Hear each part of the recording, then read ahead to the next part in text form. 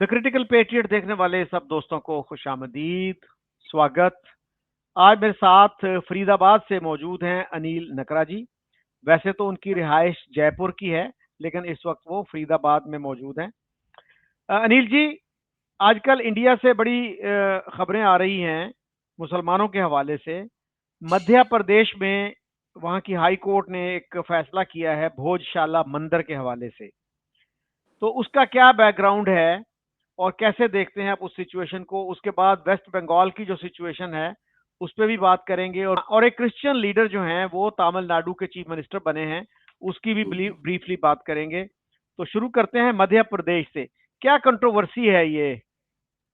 जी, सबसे पहले तो सबको नमस्ते, आदाब। मध्य प्रदेश में अभी वहाँ की जो हाई कोर्ट है उसकी इंदौर बेंच ने एक फैसला दिया है कि एक राजा भोज से, वो बड़े आलिम फाजिल पढ़े लिखे थे और उन्होंने 1300 ईस्वी से पहले उन्होंने वहाँ पे एक ये बहुत बड़ा मंदिर भी था और वहाँ कुतुब खाना, लाइब्रेरी और ऐसे बहुत लंबा चौड़ा इलाका था, वहाँ उन्होंने बनाया था क्योंकि वो काफी पढ़े लिखे एजुकेटेड थे राजा। और यहाँ उनके नाम से मिसालें भी दी जाती हैं कि राजा भोज जो है बड़े मतलब दानिशमंद थे, अच्छे होते। तो वहाँ मंदिर भी था। और एक हमारे हिंदू धर्म में ये होता है कि हमारी जैसे धन की देवी है लक्ष्मी, एजुकेशन की या पढ़ाई लिखाई की देवी माना जाता है सरस्वती को, अपना वांग देवी भी बोलते हैं उसको। तो उन्होंने वो वांग देवी का सरस्वती के नाम से मंदिर था क्या है। तो वहां बहुत लंबा चौड़ा इलाका था, लेकिन 1305 ईस्वी ऐसे उसमें कुछ है अपना, वहां पे अलाउद्दीन खिलजी ने हमला किया। और जैसा उनका इंडिया में रहा है कि उन्होंने इसको काफी नुकसान पहुंचाया और वहाँ एक मस्जिद बना दी। और वो मस्जिद छोटी मस्जिद थी, उस एरिया तो बहुत बड़ा है, और कमाल मौला की मस्जिद के नाम से वो चर्चा में है, मशहूर है। और कमाल मौला मस्जिद ही कोर्ट ने भी उसको माना है कि वहाँ मस्जिद थी, लेकिन वो इलीगल थी। और उसको अब वहाँ बीच में ये हो गया था कि जुम्मे के दिन वहाँ दिग्विजय सिंह जो उस सूबे के, जब वो चीफ मिनिस्टर थे, तो उन्होंने ये फैसला दिया था, एक ऑर्डर दिया था कि भाई जुम्मे के रोज वहाँ मुसलमान नमाज पढ़ सकते हैं। तब से ये झगड़ा ज्यादा शुरू हो गया था और आज होते होते अभी 2-4-5 दिन पहले ये हाई कोर्ट ने, मध्य प्रदेश हाई कोर्ट ने डिसीजन दिया है कि वो जगह पे अब नमाज नहीं होगी, वो मंदिर है।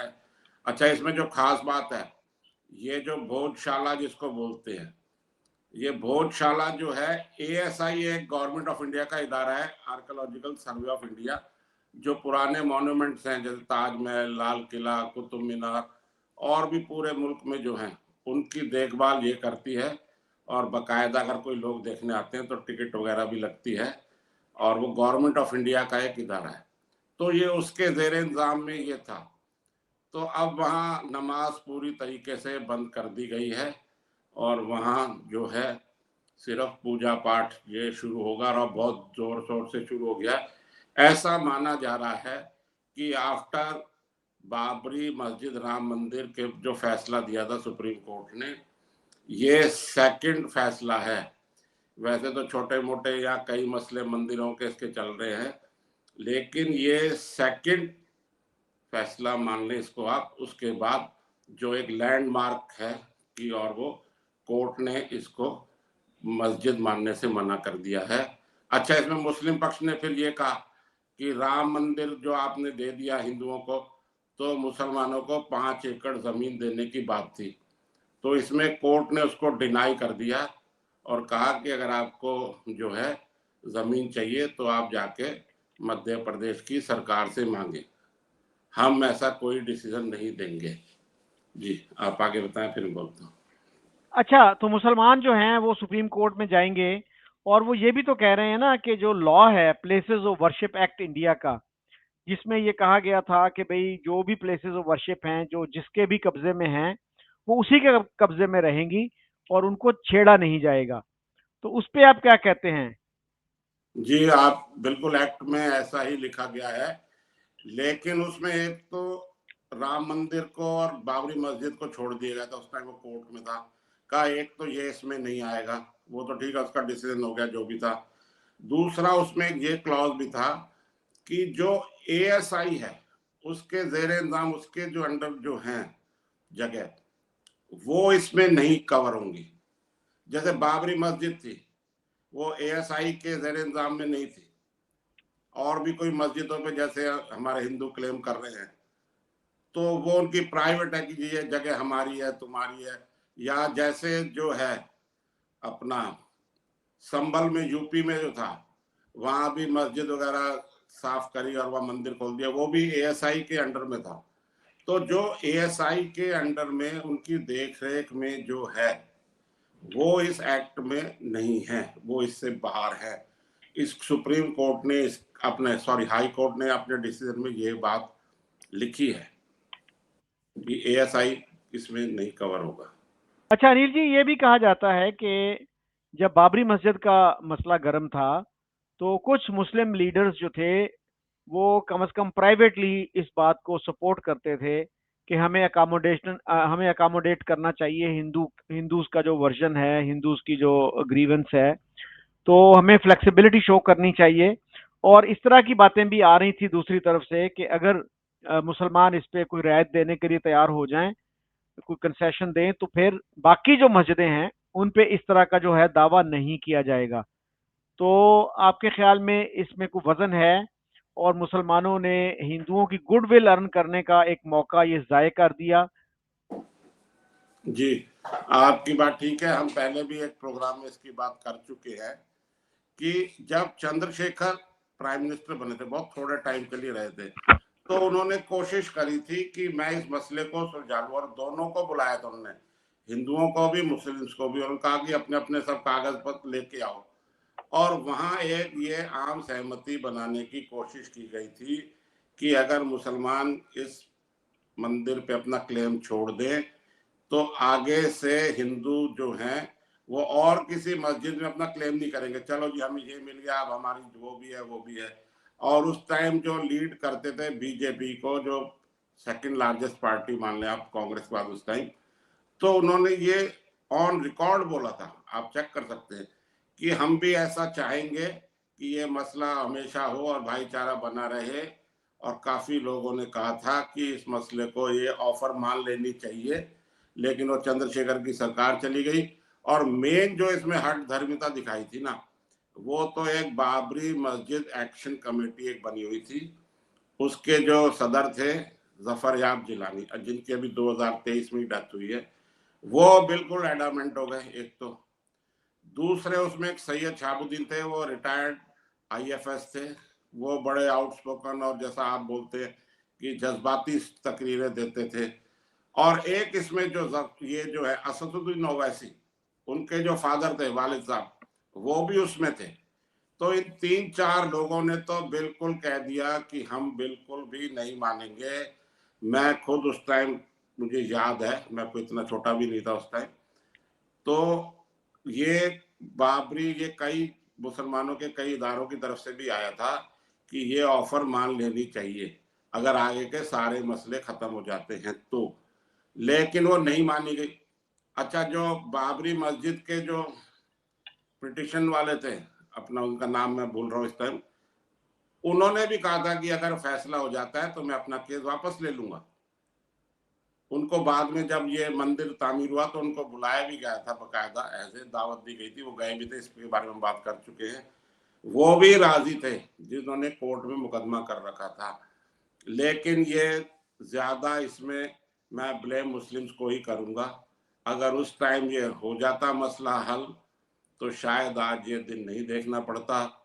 तो बाबरी मस्जिद थी या ये, अब तो सारे, अब बंगाल चुनाव की बात हम आगे करेंगे।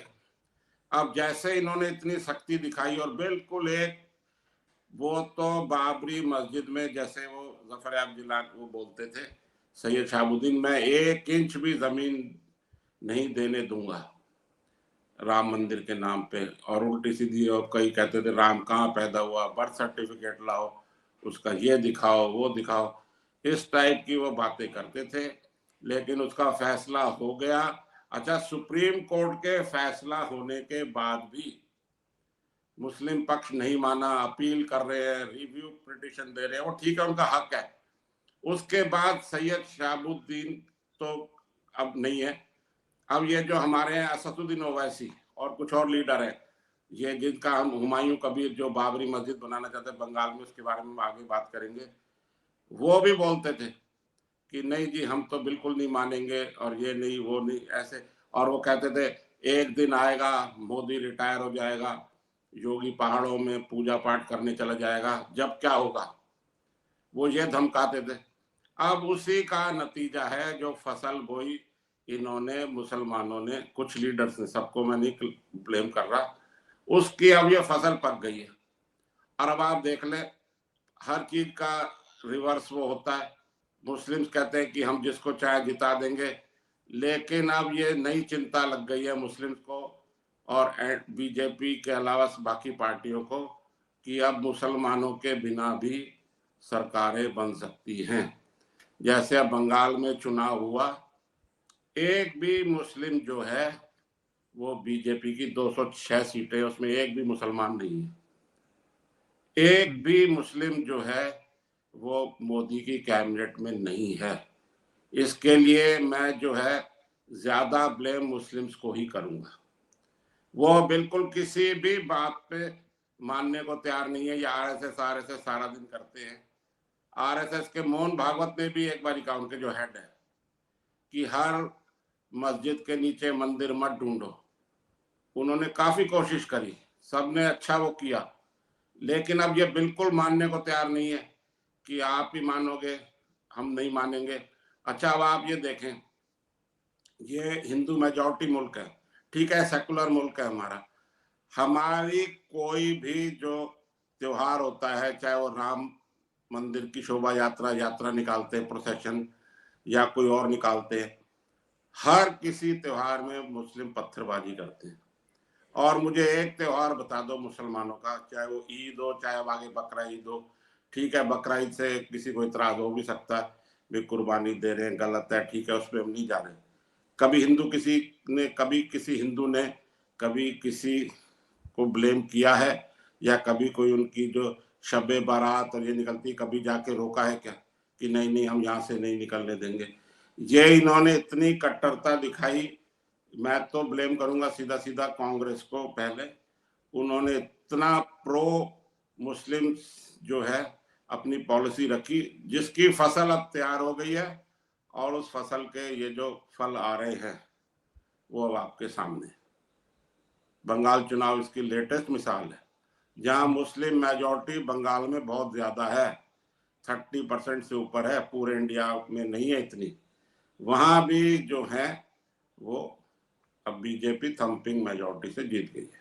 जी कमल जी, कुछ अर्सा पहले मैंने एक फुटेज देखी थी, मेरा ख्याल है जयपुर की थी वो। तो उसमें हिंदू जो थे, इवन पुरोहित जो थे, वहाँ के प्रीस्ट जो थे, वो भी फूल बरसा रहे थे ईद पढ़ने वालों पे। तो इतना अच्छा माहौल था, और ये कोई बहुत पुरानी बात नहीं है। तो लेकिन अब ये लगता है माहौल जो है खराब हो रहा है। और आप बात कर रहे थे लाल कृष्ण अडवाणी जी की, कि वो हाँ हाँ बीजेपी के उस वक्त हेड थे, और उन्होंने कहा था कि अगर आप ये मान लें, राम जन्मभूमि के मसले पे हिंदुओं का मौकफ मान लें, उनकी पोजीशन मान लें, तो फिर हम किसी और मस्जिद पे ये क्लेम नहीं करेंगे। उन्हीं की बात कर रहे थे आप? जी हाँ जी हाँ। हाँ हाँ। अच्छा, तो सुप्रीम कोर्ट का जो फैसला था उसमें 5 एकड़ दिए गए थे बाबरी मस्जिद की तामीर के लिए। उसका क्या अपडेट है अभी? कहाँ है वो? स्टेटस क्या है? कितनी मस्जिद तामीर हुई है, कितनी नहीं हुई? ऐसा जी, राम मंदिर तो बन गया, वहां दर्शनार्थियों ने आना जाना शुरू कर दिया। मैं भी वहां होके आया हूँ, दर्शन करके आया हूँ, उसके बारे में हम प्रोग्राम भी करा। वहां लाखों करोड़ों लोग हर साल जा रहे हैं, उसके फिगर अभी याद नहीं है, लेकिन बहुत अच्छे लोग वहां जा रहे हैं। और बाबरी मस्जिद को जो बकायदा सरकारी जमीन दी गई, गवर्नमेंट ने अलॉट करी सुप्रीम कोर्ट के ऑर्डर से 5 एकड़, वहां एक ईंट भी नहीं रखी गई, एक ईंट ब्रिक बोलते हैं वो भी नहीं रखी गई। और इसके उलट वेस्ट बंगाल में जो ममता बनर्जी के टाइम मिनिस्टर थे हुमायूं कबीर, उनके कुछ इख्तलाफात हुए इनसे, ममता बनर्जी से, और उन्होंने उसको पार्टी से निकाल दिया और उन्होंने कहा कि मैं बाबरी मस्जिद तामीर कराऊंगा। उन्होंने वहां शुरू भी कर दी। उसके लिए इन्होंने चंदे भी इकट्ठे कर लिए, साहब मुझे जो है ये सऊदी अरब से आया, यहाँ से आया, वहां से आया, और वहाँ काम भी शुरू हो गया। ये नई गवर्नमेंट ने आके वहाँ, मैं कंफर्म अभी नहीं कह रहा हूँ, लेकिन वहाँ रोक दिया है, नहीं रोका है तो वो काम रुक जाएगा उस मस्जिद का। गवर्नमेंट ने कह दिया है बाबरी के नाम से कोई भी मस्जिद हम इंडिया में नहीं बनने देंगे। ये हमारे अमित शाह ने, जो होम मिनिस्टर हैं, जिसको आप बोलते हैं वजीर दाखिला, दाखिला ही होता है ना होम मिनिस्टर, जी बिल्कुल। तो उन्होंने बोल दिया था और उन्होंने आज कल में फिर कहा है कि बाबरी मस्जिद के नाम से इंडिया में कोई भी मस्जिद हम तामीर नहीं करने देंगे। जो इलीगल जमीन पे जबरदस्ती हमको चिढ़ाने के लिए वो मस्जिद बनाई जा रही है, वहां चंदे दे रही है पब्लिक, और जो लीगल वे में जो है, जो आपको जमीन दे दी गई है जिसमें कोई अड़चन नहीं है, सरकार की, कोर्ट की, कुछ नहीं है, लैंड बिल्कुल क्लियर है, आप कल सुबह से उस पर काम शुरू कर दें, उसमें इन्होंने कुछ भी नहीं किया। और पता नहीं क्यों नहीं कर रहे, या करना नहीं चाहते, या तो इवन अब तो हमारे हिंदू संगठन कुछ कहने लग गए हैं कि भाई ये अगर जमीन नहीं चाहिए तो इसको हटाओ वहां से, इनको वापस ले लो, इनसे कोर्ट में पिटिशन डालो कि भाई मस्जिद तो बना नहीं रहे, उस जमीन वापस लो। ऐसी बातें चलने लगी है। ये मौका भी ये खुद दे रहे। कल को खुदा ना खास्ता ये योगी सरकार नेक्स्ट टाइम आ जाए और वो कहती जमीन वापस दे दो, तुमने कुछ नहीं किया, तो फिर क्या होगा?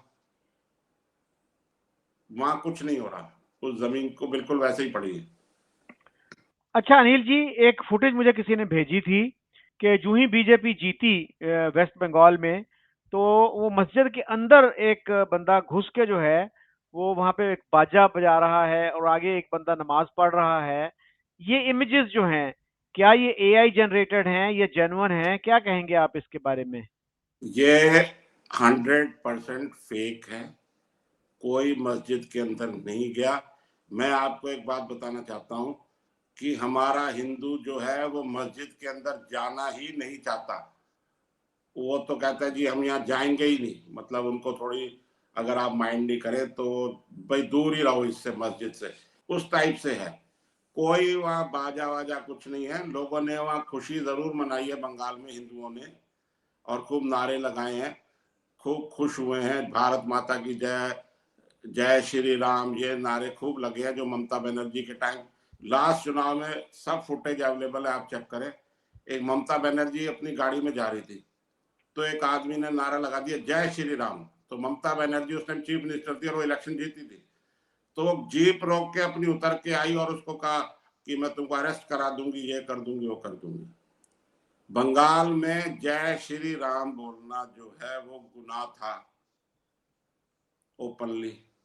तो जैसे होता है ना, मैंने आपसे पहले बात करी थी कि कुछ, मैं पता नहीं ये कंपैरिजन मैं शायद ठीक कर रहा हूँ या नहीं कर रहा हूँ, जब सद्दाम हुसैन को हटाया गया था, वो गायब हो गए थे अमेरिका ने, ये 20 साल पुरानी बात होगी, तो वहां की पब्लिक एकदम सड़कों पे आ गई थी, बड़ी खुशी मनाई थी उन्होंने, और जो सद्दाम हुसैन की जो मूर्तियां वो लग रहे थे, पुतले बुत वगैरह, वो सब तोड़ दिए थे। तो स्टैचूज। ऐसे ही कुछ खुशी मनाई गई है बंगाल में। वहां लेनिन और मार्क्सवादी, इनके माओ, इनकी मूर्तियां तामीर हो लगा रखी थी, वो एक दो मूर्तियां तोड़ दी हैं, जिसको गवर्नमेंट ने जाके रोका है कि भाई वो लीगल वे में लगी हुई है, आप तोड़े नहीं उसको, है ना। कोशिश करिए, लोगों ने खुश हुए हैं, पूरे बंगाल में जय श्री राम ऐसे नारे लग रहे हैं। लेकिन जय श्री राम नारे लगाने का मतलब जो है वो हिंदुओं को टीज करना नहीं है, वो सॉरी मुसलमानों को, ना उनको चिढ़ाने के लिए लग रहे हैं। भाई वो खुशी से लगा रहे हैं कि भाई हम जीत गए, हमारी पार्टी आ गई।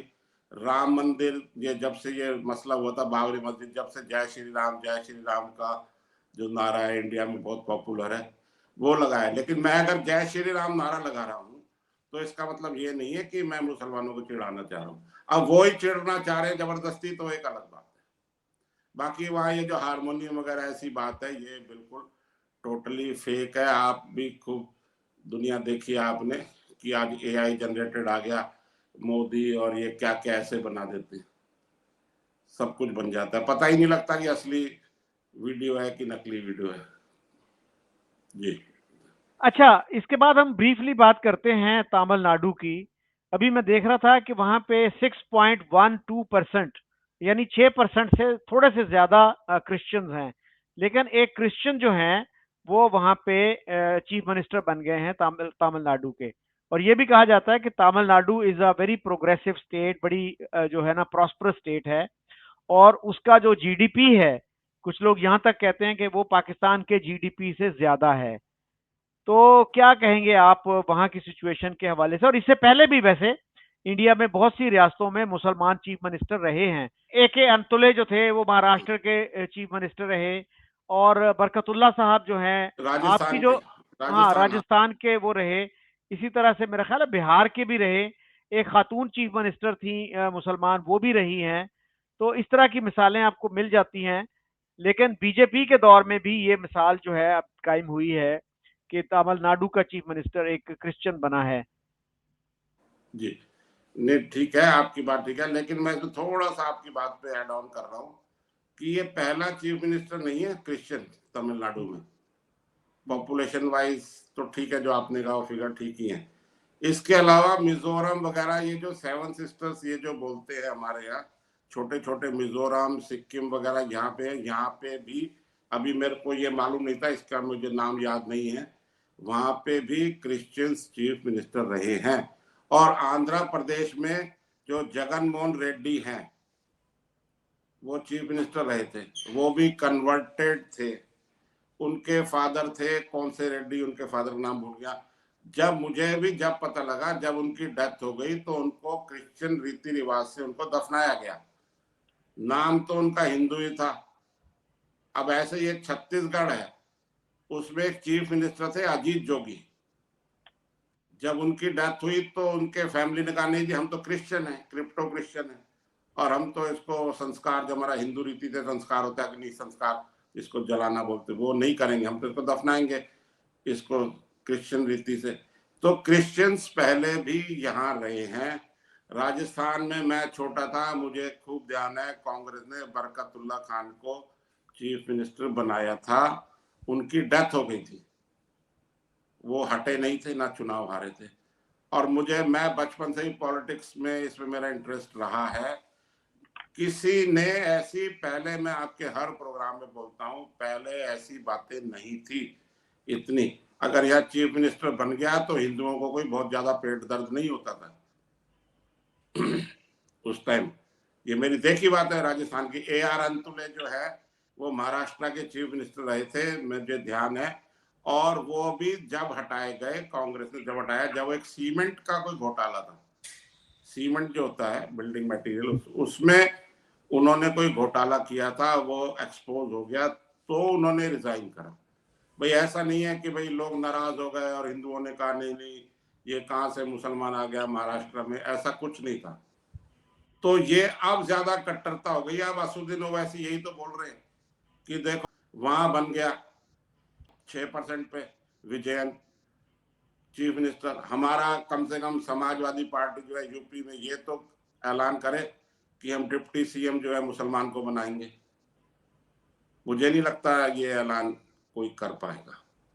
अब मुश्किल हो गया है मुसलमान का चीफ मिनिस्टर।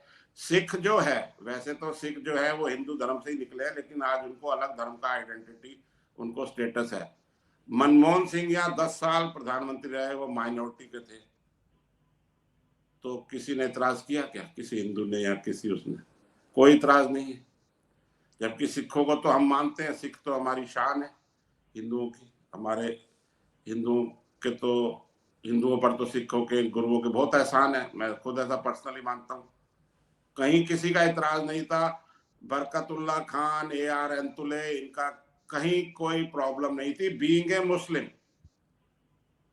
बरकतुल्ला खान की मैं दोबारा बोल रहा हूँ, उनकी डेथ हो गई थी वो रहते हुए, और AR अंतुले को सीमेंट घोटाले में निकाला गया था, एक्सपोज हो गए, तो उन्होंने रिजाइन किया।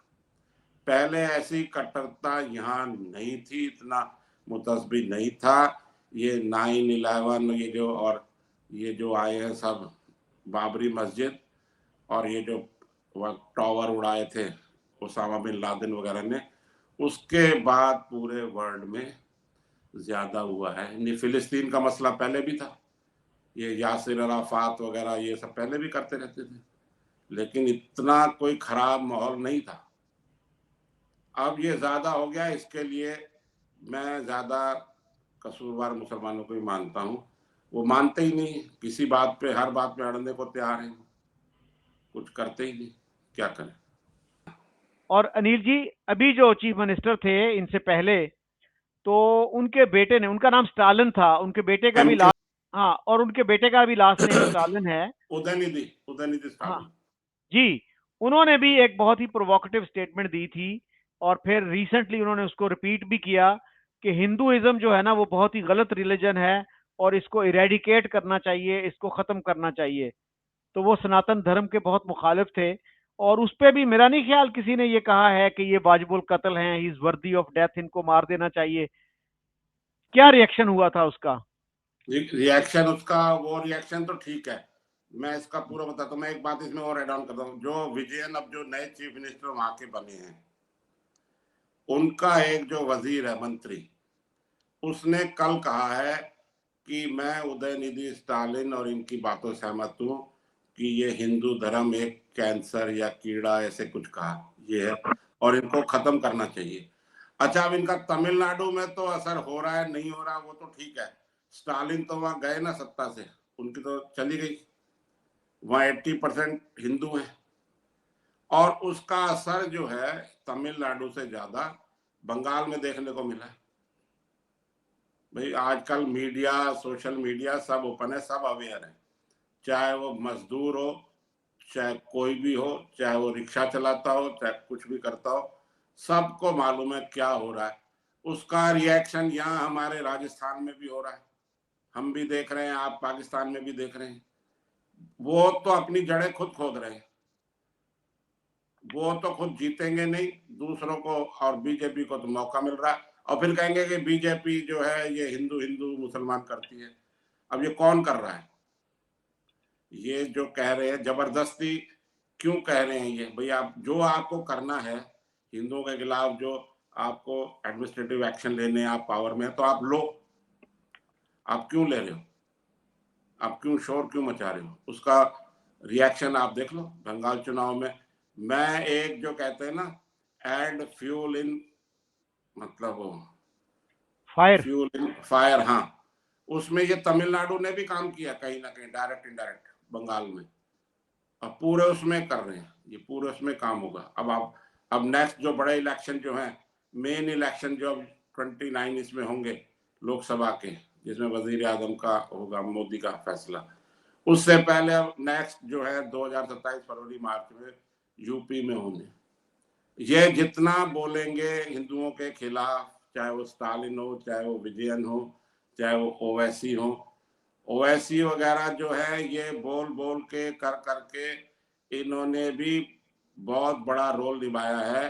कुछ तो हमारे कहते हैं यहाँ पे कि भाई कई बार बोला जाता है, थोड़ा सा कॉन्टेक्ट अलग हो रहा है, कंसेंट, कि राहुल गांधी को लोग अरेस्ट क्यों नहीं करवाते, उस पर इतने मुकदमे हैं, वो अमेरिका, वो सॉरी, वो ब्रिटेन का नागरिक है, वहां का शहरी है, ऐसा पासपोर्ट है। तो ये बोलते हैं कि भाई अगर राहुल गांधी को इन्होंने अरेस्ट कर लिया, कोई स्ट्रिक्ट एक्शन ले लिया, तो बीजेपी चुनाव में उनका नुकसान होगा। बीजेपी के स्टार प्रचारक है राहुल गांधी, ये यहाँ है कॉमन बात। अच्छा, अब आप इसमें, अब आप देखें, अब ये जो केरल में भी सरकार बनी है, आपने केरल की बात नहीं की थी, मैं बता रहा हूँ, केरल में जो है कांग्रेस का चीफ मिनिस्टर बनना था, और उनके राहुल गांधी के जो खासम खास है, क्या नाम है उनका, वेणुगोपाल या शायद क्या है नाम है ना, जो संगठन मंत्री हैं उसमें, वो उसको बनाना चाहते थे केरल का। 10-12 दिन लग गए, वो वहां कांग्रेस अपना चीफ मिनिस्टर सेलेक्ट नहीं कर पाई, और बाद में वहां मुस्लिम लीग की भी सीटें आई हैं, और मुस्लिम लीग ने फिर अपना डिसीजन दिया कि हम जो एक सतीशन कौन से हैं, हम इनको चीफ मिनिस्टर एक्सेप्ट करेंगे, उसको नहीं करेंगे, दूसरा नाम जो मैंने बताया क्या नाम है उनको, तो हुआ है। 12 दिन बाद वहां इलेक्ट हुए, बाकी सरकारें बन गई, बंगाल की सरकार बन गई, वहां बुलडोजर एक्शन भी शुरू हो गए, सारा कुछ हो गया। वो हेमंत बिस्वा शर्मा ने भी शपथ अपना हलफ ले लिया आसाम में, और वहां कल परसों हुआ है केरल में। और मुस्लिम लीग ने जो फिर वहां जो हल्ला मचाया हिंदुओं के खिलाफ, जो वहां नारे लगाए गए हैं केरल में, आज हमारा शायद टॉपिक था कि नहीं था, अब उसका रिएक्शन केरल में तो कितनी सीटें हैं लोकसभा की, 10-11 सीटें नहीं, बाकी जो नॉर्थ इंडिया में जो सीटें हैं 300, 300, 350 कितनी सीटें, वहां इसका असर होगा। अब ये देख नहीं रहे, ये अपने सिर्फ लोकल छोटे गेम के लिए कि मैं चुनाव जीत जाऊं, हम केरल में चुनाव जीत जाएं, पूरे देश में हिंदुओं को इकट्ठा कर रहे हैं। अब ये जो बंगाल में वोट डले हैं, ना तो वहां कोई छोटी जाति थी, ना बड़ी जाति थी, ना कोई जाट था, ना कोई पंजाबी था, ना कोई बढ़िया था, वहां सारे हिंदू थे और सब ने एक मुश्त वोट डाला है बीजेपी को, और बीजेपी जीत गई है। ये कहीं का कहीं हो रहा है, पूरे इंडिया में रिएक्शन हो रहा है इसका। तमिलनाडु का रिएक्शन पूरे इंडिया में हो रहा है, हम नहीं सुन रहे कि यहाँ बैठे बैठे राजस्थान में, या दिल्ली वाले नहीं सुन रहे, सब सुन रहे जी। अच्छा अनिल जी, हमने बहुत सारी बातें कर ली, कोई बात अगर रह गई हो, कोई कंक्लूडिंग थॉट्स हो तो वो शेयर कीजिएगा। जी मैं इसमें ये कहना चाहता हूँ, हम हिंदू, हम चाहते हैं कि हिंदू मुस्लिम हो। मेरा तो हिंदू, मैंने बताया ना कि मुझे तो हमारे आज भी कहते हैं मेरा उर्दू से लव, और मैं आधा मुसलमान, मैं इसको मान रहा हूँ, मैं आज भी कह रहा हूँ इतनी सब बातों के बाद भी। हाँ, मैं कोई आधा मुसलमान कहता है तो मैं खुश होता हूँ, मैं उसका बुरा नहीं मनाता, ठीक है। अब ये जो काम मसले ये खुद उठाते हैं विपक्ष वाले, राहुल गांधी और ये वो सब, जैसे केरल का बताया, तमिलनाडु बताया, फिर उसका फायदा जो है बीजेपी उठा लेती है, वो बॉल कैच कर लेती है और फिर वो देर शॉट पे शॉट मारती है। तो स्टार्ट ये करते हैं, आप सारे मसले उठा के देखें, हमने बीच में AR रहमान की भी बात करी, सारी करी, आप पिछले 2-3 मसले वगैरह आप याद करके कभी अगले प्रोग्राम में मुझसे पूछ लेना कि भाई स्टार्ट किसने किया। सब स्टार्ट जो है ये दूसरे ही करते हैं, और बाद में जो है वो बीजेपी उसका फायदा अल्टीमेटली, जो लास्ट जो है एंड ऑफ द डे, फायदा बीजेपी को हो रहा है। तमिलनाडु का फायदा बीजेपी को आसाम में हुआ, बंगाल में हुआ, अब ये जो केरल में ड्रामेबाजी हुई मुस्लिम लीग की, एंटी हिंदू एंटी इंडिया नारे लगाए उन्होंने, उसका जो है रिजल्ट उत्तर प्रदेश में आएगा अगले साल, आप देख लेना। फिर ये कहेंगे जी हैक हो गया चुनाव और EVM ये वो सब, यह मसला देखना ही नहीं चाह रहे, मेरा ये कहना है। मुसलमान भी नहीं समझना चाह रहे, सारे मुसलमान कहते हैं, मैंने कितने मुसलमान देखे, कितनी लेडीज देखी हैं, हाँ हमें मोदी को मकान दिया, हमें ये मिला वो मिला सब मिला, वोट नहीं देंगे। और मुस्लिम औरतें वोट देना भी चाहे खातून, तो वो उनके मर्द नहीं देने देते। अब अंदर खाने कोई चुपचाप दे आए तो बात अलग है। आप भी देखते होंगे कितना कि मुसलमान औरतें ये सब बोल रही है 3 तलाक से हमें ये हो गया, फायदा हो गया, वोट नहीं देना। अब वो किस प्रेशर में नहीं देना, ये अब देखने वाली बात है जी। अच्छा अनिल जी, कुछ लोग तो यहाँ तक भी कहते हैं कि असदुद्दीन अवैसी भी बीजेपी की गेम करते हैं, वोट स्प्लिट कर देते हैं, वोट डिवाइड हो जाता है, और वो भी बी टीम का किरदार अदा कर रहे हैं बीजेपी की। इस बात को कैसे देखते हैं आप? मैं इसको थोड़ा सा अलग तरीके से आपसे बात करना चाहूंगा। एक हमारे लीडर हुए थे काशीराम, मान्यवर काशीराम जिनको बोलते थे, जो मायावती के गुरु या उस्ताद जिनको बोलते आप, वो पंजाब के थे।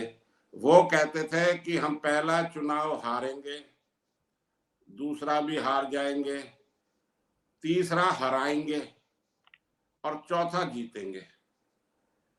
वो इस पॉलिसी में थे भाई, पहले हम पहली बार चुनाव में खड़े हुए हम हार गए, काशीराम खुद खड़े होते थे, वो हार जाते थे, जवानी जब्त हो जाती थी। दूसरा भी हार गए, पहले 10,000 वोट मिले, अगली बारी 20, 25, 30 मिल गए। तीसरे चुनाव में वो इस पोजीशन पे आ गए कि दूसरे को हरा दो, दूसरी पार्टी को, और चौथे चुनाव में वो खुद जीत गए। और मायावती 4 बार चीफ मिनिस्टर बन चुकी हैं, थोड़े थोड़े टाइम के लिए सही, यूपी की। अब यही मुझे लगता है ओवैसी की पॉलिसी है। आज ओवैसी को इंडिया में सब जानते हैं, भले ही उनकी कोई अकेले वो वाहिद वो है जो लोकसभा में बैठते हैं, या कहीं वो हैं, वो अभी चुनाव हारने में लगे हुए हैं।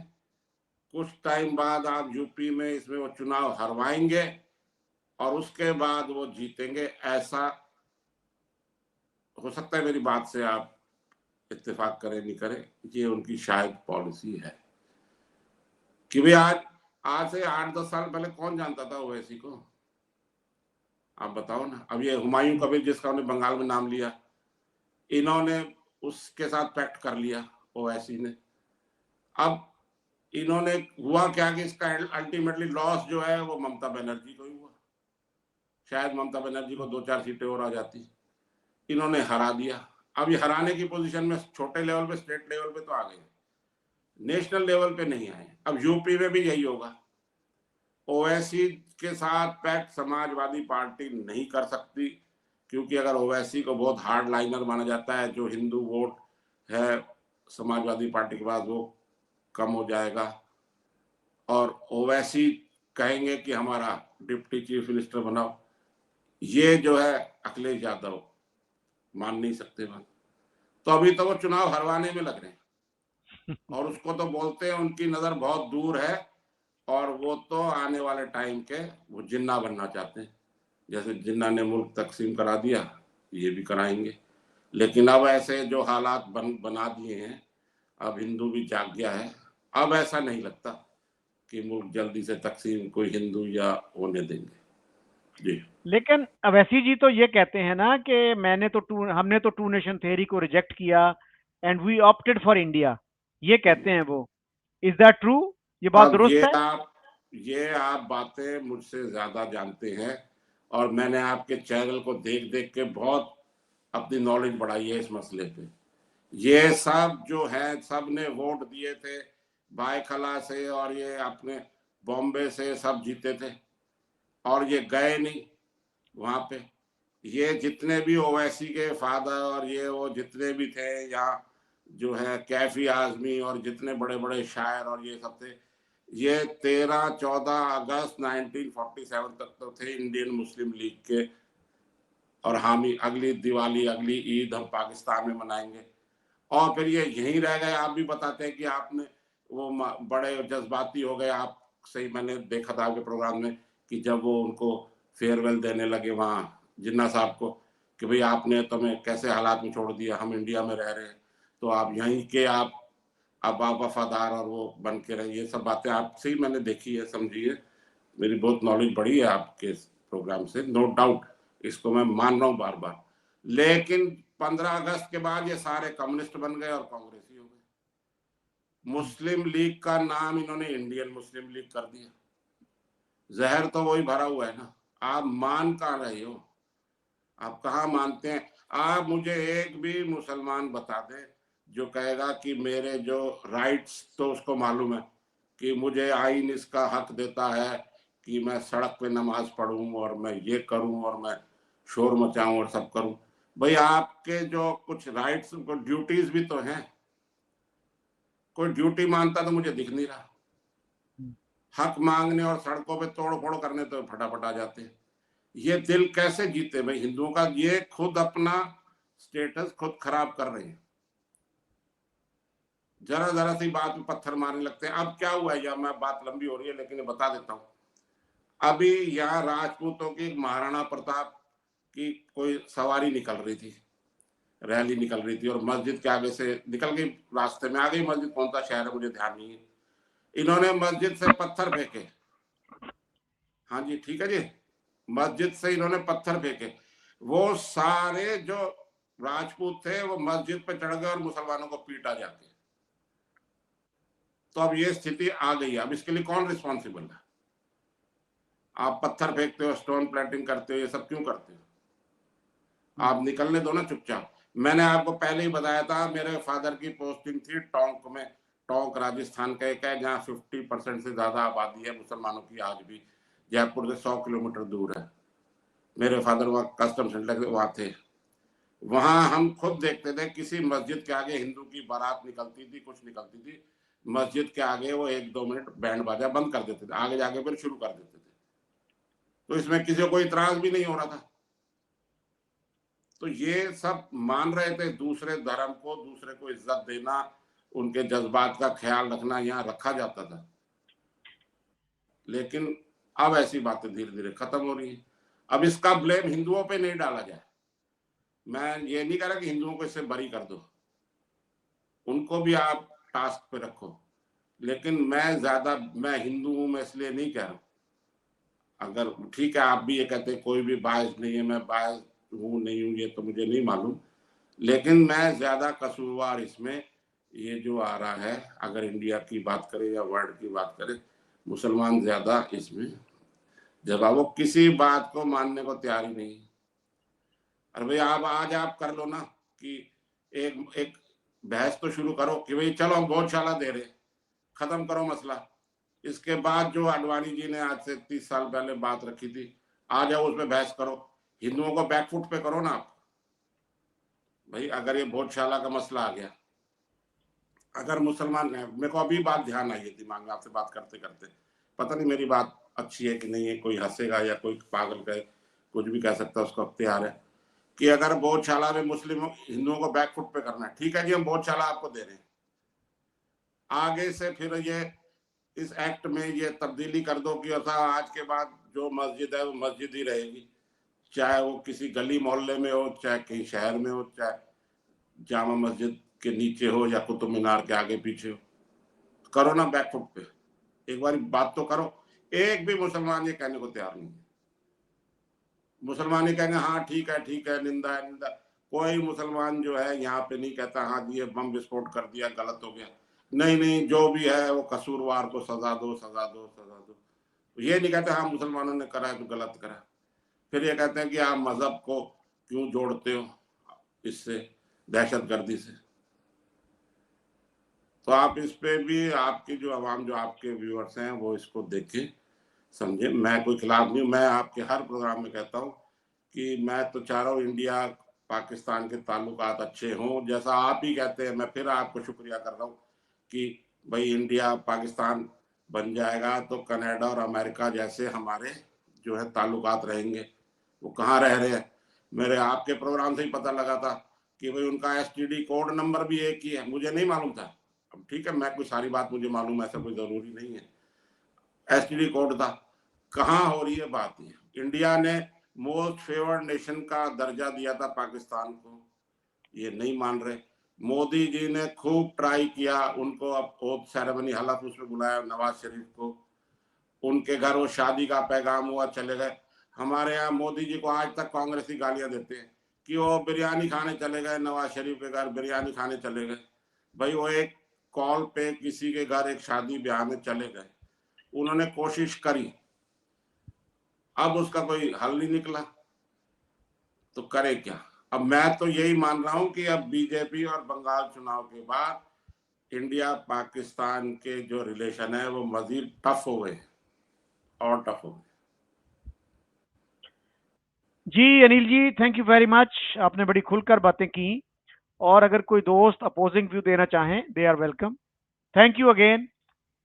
बहुत शुक्रिया। अगर किसी को मेरी बात बुरी लगी हो तो मैंने अपने तासुरात अपने बताए हैं, तो उसको वो दिल से नहीं ले, लेकिन सोचे जरूर जो मैंने कहा है। और अपने व्यूज जैसे आपने कहा है, अगर वो मेरी बात से सहमत नहीं है तो मैं उनके इस राइट की कदर करता हूँ, लेकिन अपने व्यूज दे, लेकिन सोचे भी सही। ठीक है, बहुत शुक्रिया, थैंक यू।